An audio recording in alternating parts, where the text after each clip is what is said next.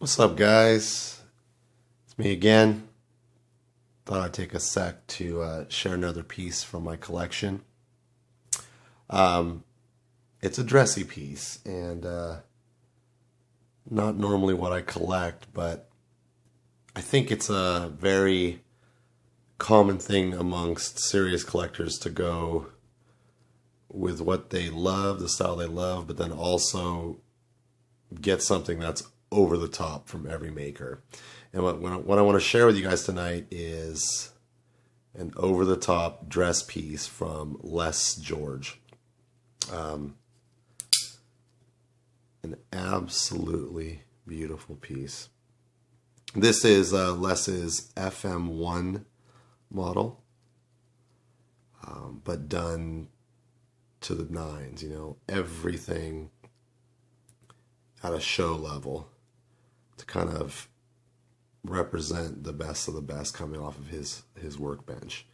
And if you guys don't know anything about Les, he is a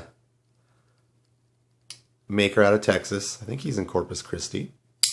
And he's been doing it for a while. I know he's been making knives since the 90s. And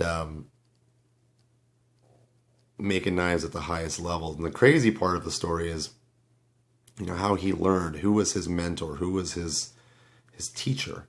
And it was a dude out of Hawaii. His name was Scott Fujisaka. And from the way I've been told the story is that, if you're in Hawaii and you're a knife maker, you know who Tom Mayo is. So I believe that Les George has some mentorship from the great Tom Mayo,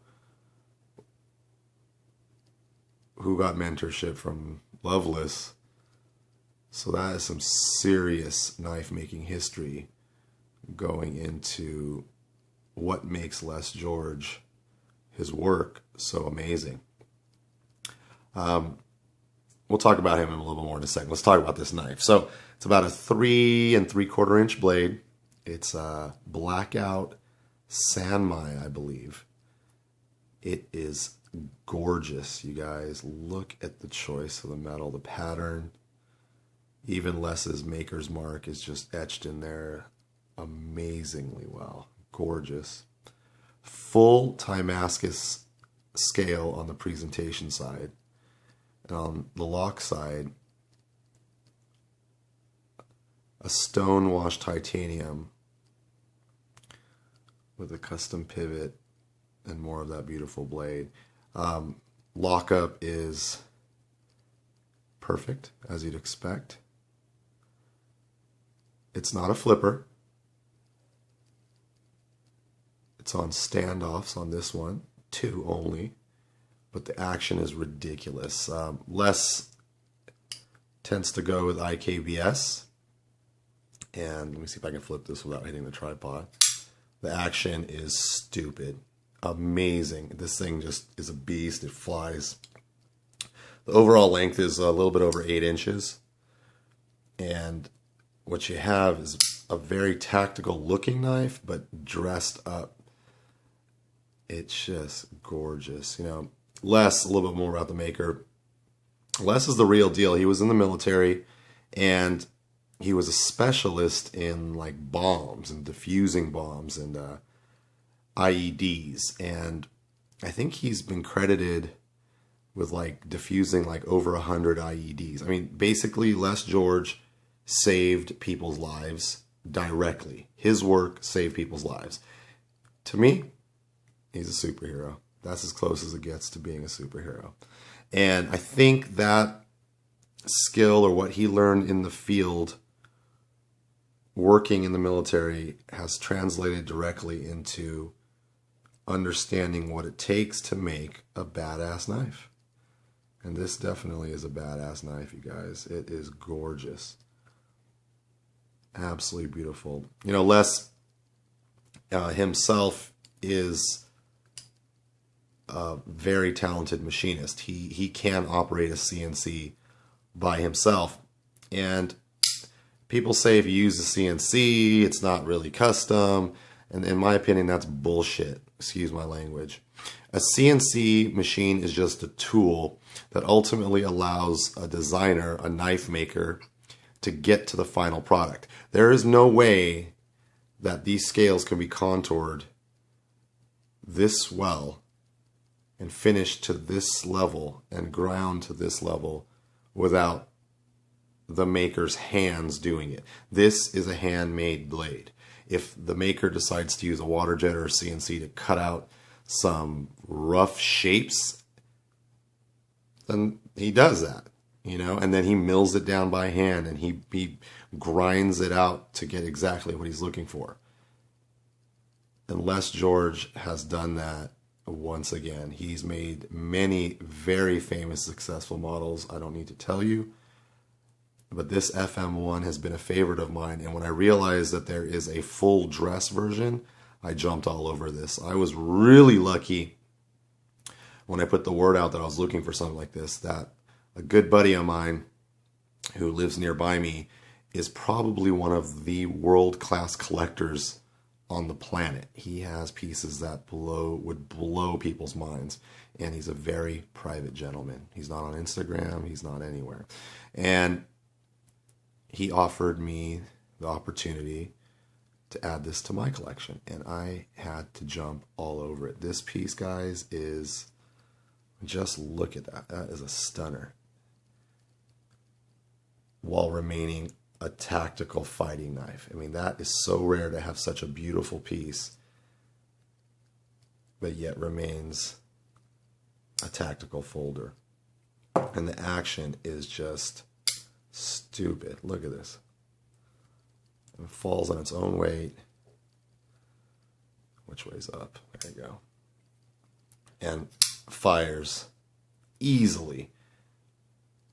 An amazing, amazing piece. I mean, let's look at the details of this knife. Okay. You have Timascus. The pattern that he chose, first of all, is beautiful. Very symmetrical. Perfect lines. It's been anoded and etched perfectly. And then you take a closer look and you see that there's a line running dead center through the handle that goes right over the pivot. And it continues right into the line of the primary bevel, where the San Mai overlaps. Guys, that is by design. That doesn't happen by luck. I say that in a lot of my videos. That is the designer's hand creating that symmetry, deciding not to use jimping. Because on this piece, that is a dress piece, it's not necessary. You know, the most action this knife will see, and I'll carry it, is cutting some cheese, some tomatoes, you know, cutting tape on a box, food prep. This is the kind of work this knife is going to do. It doesn't need jimping. And Les realizes that, and he has executed it perfectly. Absolutely perfectly. Take a look at the edges of the Timascus. Let me see if I can get it to focus, where you could see the layering and how he beveled the edges or chamfered the edges. Look how perfectly that's done. Absolutely beautiful. Absolutely beautiful.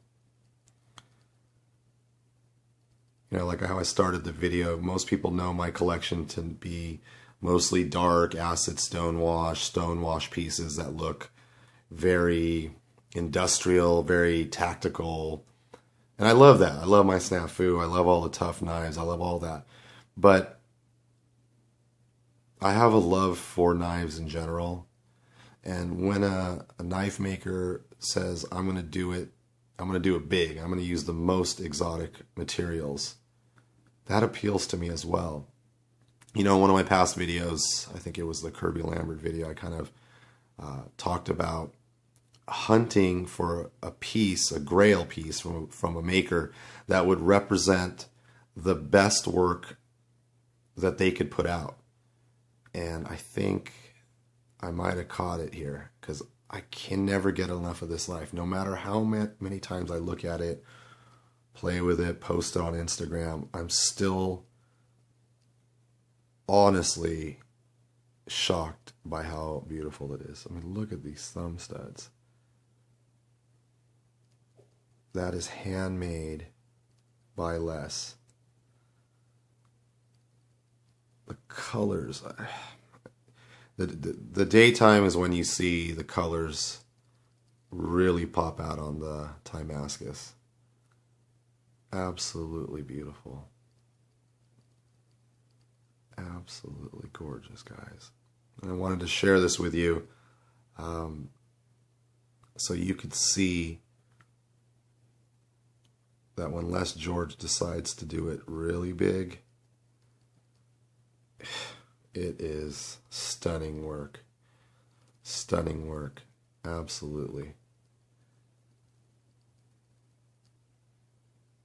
Even on the lock side where it doesn't use a Timascus,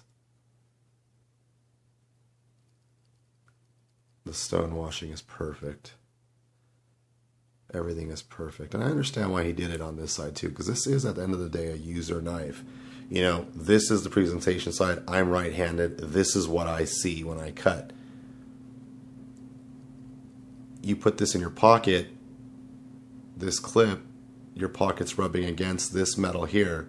If it was a Timascus, it would just be scratched up instantaneously. But since it's this, you know, stone wash, it wears well.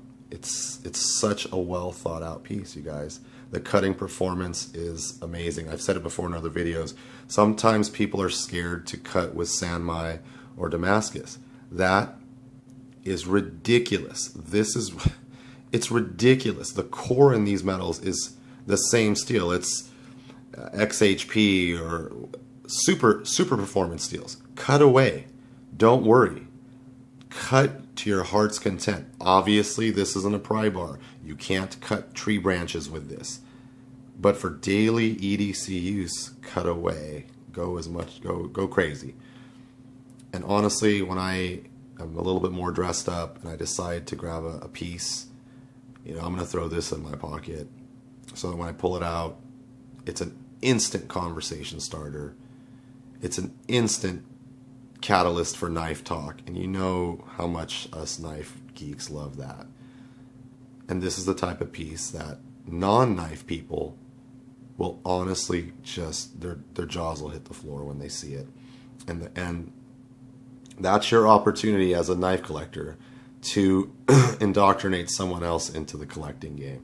Make them understand the beauty that is in these knives. And this is precisely the piece that can ignite that conversation. And I just wanted to share it with you guys. From a true master knife maker, been doing it since the 90s.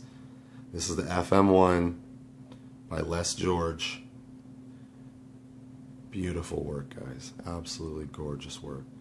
If you have any questions about this piece or any other pieces that I've shown in past videos, please don't hesitate to ask. I love talking about it, and I always will try to answer every email or comments. And again, I want to thank you guys for stopping in and checking out videos. It brings me a ton of happiness to kind of share my collection with other knife enthusiasts. Until next time, guys, put this down. Take it easy.